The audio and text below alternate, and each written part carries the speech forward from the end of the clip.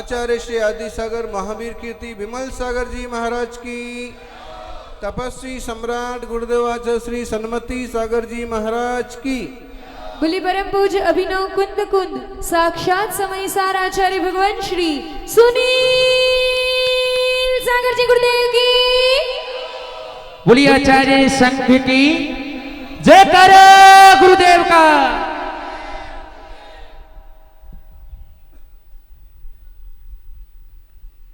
ना किसी के प्रभाव में जियो, ना किसी अभाव में जियो,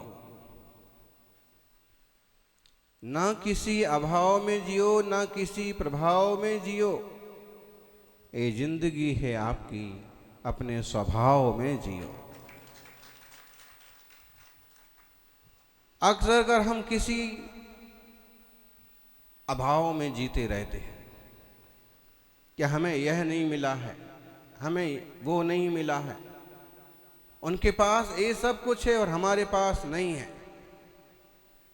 किसी न किसी तरह का अभाव हमेशा लगा रहता है। उनके पास पद है, हमारे पास नहीं है, हमारे पास पद का अभाव है। उनके पास पद नहीं भी है तो भी वो अपनी हेकड़ी के बल पर अपना प्रभाव दिखाते हैं और हमारी कोई कीमत नहीं होती है। हमारे पास उस तरह की हेकड़ी का अभाव है, हमारे पास परिवार का अभाव है, हमारे पास समग्र तरह से धन का अभाव है। उन्होंने ऋषभ बिहार में अपना बंगलो बना लिया और हमारे पास बंगलो का अभाव है, छोटा सा घर है। अभाव की जिंदगी रहती है। कोई तन दुखी, कोई मन दुखी, कोई धन दुखी दिखे। संसार में सुखी सर्वदा कोई तो ना दिखे। कोई तन दुखी, कोई मन दुखी, कोई धन दुखी दिखे। काहो की कुलता स्त्री, काहो का सुत ज्वारी।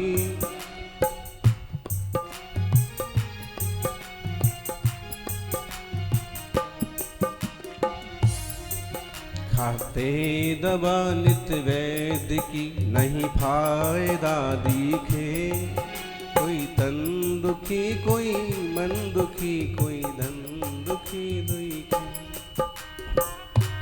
देखिए आप किसी को भी देखिए, किसी को भी देखिए आप, ऊपर से नीचे तक और नीचे से ऊपर तक किसी ना किसी चीज का अभाव, किसी ना किसी तरह का दुख है। आप कहोगे ये सबको पता है, आप तो ऐसा कुछ बताइए कि दुख मिटे कैसे। दुख मिटाने का तरीका बताया है जिनवाणी में। दुख मिटाने का, कष्ट मिटाने का तरीका बताया है जिनवाणी में। आप कहोगे हमारे पास घर नहीं है, तो जिनवाणी से हमें घर मिल जाएगा क्या? हमारे पास करोड़ों का बैंक बैलेंस नहीं है, मुनिराज की वाणी सुनने से हमें बैलेंस मिल जाएगा क्या?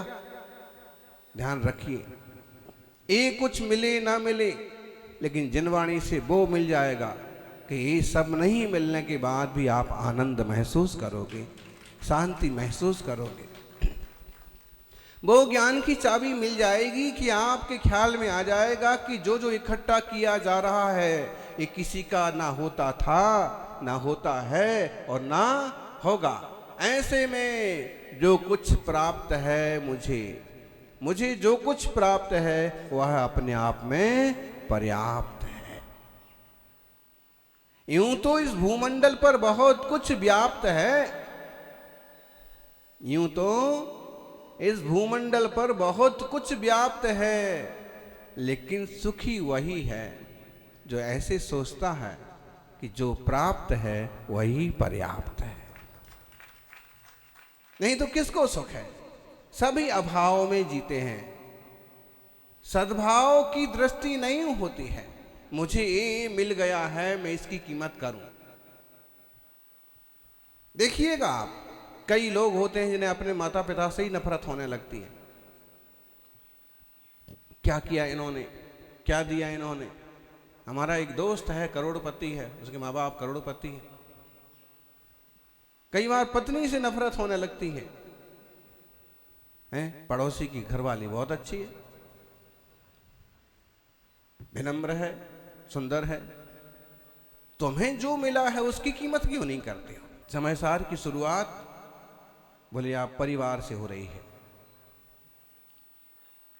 यानी जब तक परिवार में शांति नहीं है, जब तक तुम्हारे अंदर इतनी समझ नहीं है, तो समय सार पढ़ के भी क्या कर लोगे? आप देख लो, जिन लोगों ने इस तरह से नहीं समझा है भी समय सार पढ़ने के बाद भी कितने शांत हुए हैं। उल्टे देवशास्त्र गुरु से और कट गए, मुनियों से और दूरी बना ली। इतना ज्ञान प्राप्त हो गया कि अब उन्हें दिगंबर वीतराग मुद्रा की भी कीमत समझ में नहीं आती। धरातल से अगर चालू करते, जमीनी सच्चाई को समझ के आगे बढ़ते, तो तत्व ज्ञान भी होता, वेद विज्ञान भी होता और जीवन समय सारमय बन जाता। आत्मार्थियों, ना अभाव में जियो, ना किसी प्रभाव में जियो। कई बार हम किसी के प्रभाव में जीते हैं या तो किसी के दबाव में जीते हैं। ना किसी दबाव में जीने की जरूरत है, ना किसी के प्रभाव में जीने की जरूरत है। आप किसी से इतना प्रभावित क्यों हो रहे हैं? वो इतने अमीर हैं कि वो ऐसे हैं कि वो वैसे हैं। ठीक है, अपनी जगह, वो अपनी जगह हैं, आप अपनी जगह हैं। देखिए, आप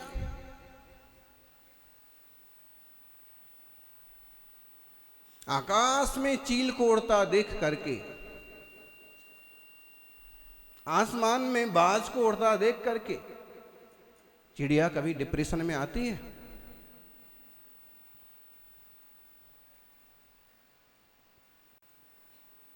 आकाश में बाज को उड़ता देख करके चिड़िया कभी डिप्रेशन में नहीं आती है, कभी तनाव में नहीं आती है कि बाज कितना ऊपर उड़ रहा है, बिना पंख हिलाए उड़ रहा है।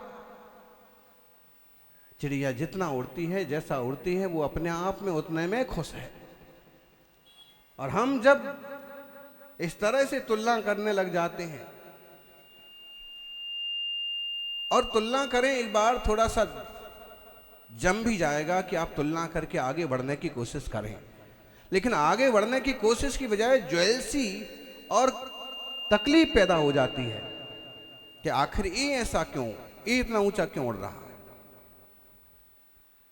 तो छोटी सी चिड़िया भी हमें सीख देती है कि बाज की ऊंची उड़ान देख करके तुम्हें डिप्रेशन में जाने की कोई ज़रूरत नहीं है। तुम जितना उड़ सकते हो, जितना कर सकते हो, उसमें खुश रहना सीख लो। तुम भी उतना ही खुश रहोगे जितना आसमान में उड़ता हुआ बाज खुश है।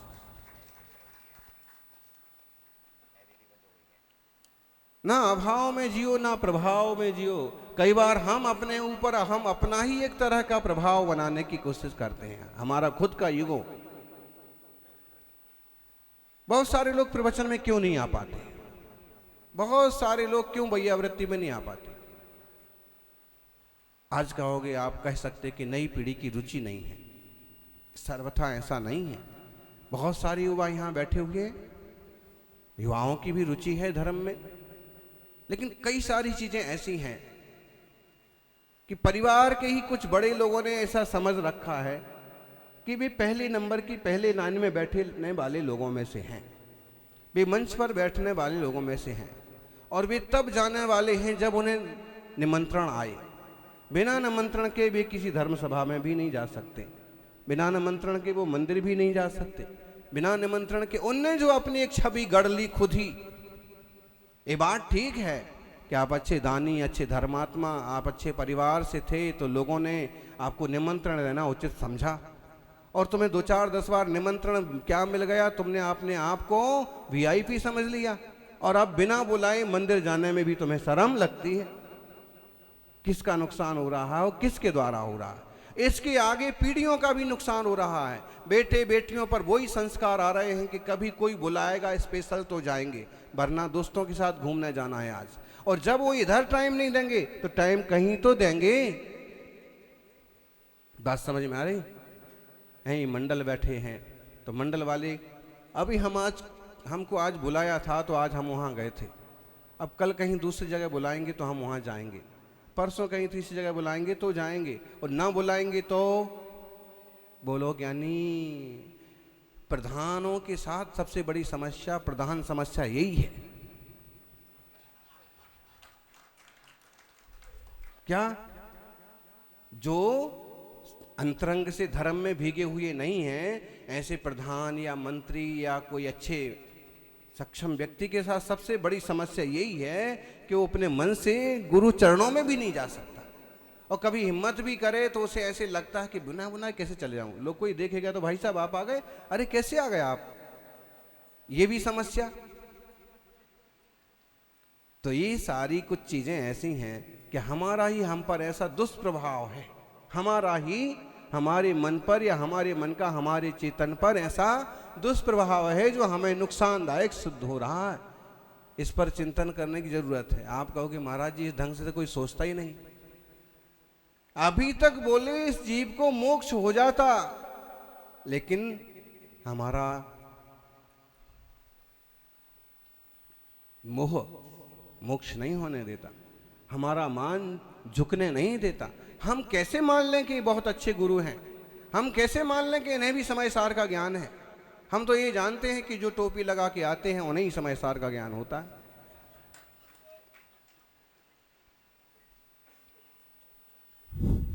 ये समस्याएं हैं आध्यात्मिक या धर्मात्मा व्यक्तियों की भी जो समस्याएं हैं हम वो आपको बता रहे हैं।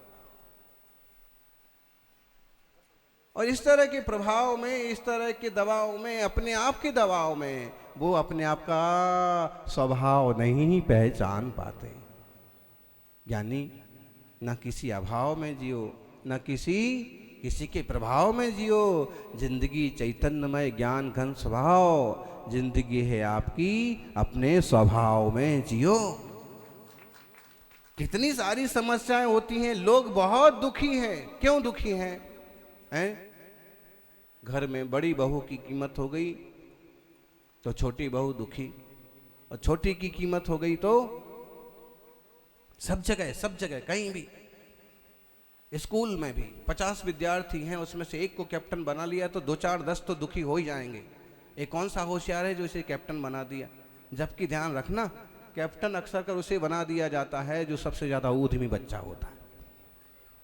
समाज में अध्यक्ष किसे बनाया जाता है? भाई समाज तो आप सभ्य समाज है और प्रशिक्षित लोग हैं, तो उनमें तो ऐसे ही व्यक्ति को चुनते हैं जो सबको लेके चले। लेकिन अक्सर कर क्या होता है, कहीं पर स्कूलों में, स्कूल के स्तर से विचार करें तो जो सबसे ज्यादा क्लास में शांति कब रहेगी, कक्षा में शांति कब रहेगी, हैं? सबसे ज्यादा ऊधमी है, इसको ही बना दो कैप्टन। अभी दूसरों को संभालने के चक्कर में खुद का ऊधम भूल जाएगा।